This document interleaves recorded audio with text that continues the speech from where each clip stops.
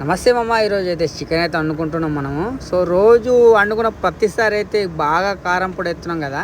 So ఈసారి కారం పొడి వేయకుండా నార్మల్ మిర్చితోనే చికెన్ అయితే చేద్దామని అనుకుంటున్నాం మామ. ఇలా నార్మల్గా పొరగారం బదులు మిరపకాయలు ఎక్కువ వేసేసుకుంటే అయిపోతుంది. నార్మల్గా మనం ఎలా వేస్తామో మిగతా సామాన్ కూడా అల్లనే వాడేస్తే అయిపోతుంది అన్నట్టు. అన్ని మంచిగా గోలిన తర్వాత మీదికెళ్ళి చికెన్ వాడేస్తే ఇంకా ఎక్సలెంట్ ఉంటుంది మామ. చికెన్ వేసుకుని ఒక 5 నిమిషాలు అయితే కొద్దిగా మంట తక్కువ పెట్టుకొని ఉడకబెట్టుకుంటే చికెన్ కూడా మంచిగా ఉడుకుతుంది. 2 టమాటాలు అయితే తీసుకొచ్చి ఉండి రాగా దాన్ని అయితే పొయ్యి మీద మంచిగా కాలుతున్నాను అన్నట్టు. కాల్చిన కొద్దిగా సేపటికి కోసుకొని ఆ చికెన్ వేసేసుకొని మీదికెళ్ళి మసాలాలు వాడేసుకొని ఇలా ఏంటంటే కొద్దిగా పసుపు ఎక్కేసుకుంటే పచ్చ కొడుతుంది మామ. ఏది మన దయ్యాలకు పెట్టుతాం చూసినావా, సేమ్ అంతే కొడుతుంది. సో దాని మీదకెళ్ళి కలిమాకు కొత్తిమీర వాడితే ఇంకా ఎక్సలెంట్ అవుతుంది అన్నట్టు. ఇక గరం అన్నం మీదకెళ్ళి చికెన్ వేసుకొని తింటే సేమ్ దయ్యంకి ఎట్లా వండుకుంటామో అంతే ఉంటుంది మామ, పచ్చగా ఉంటుంది అన్నట్టు.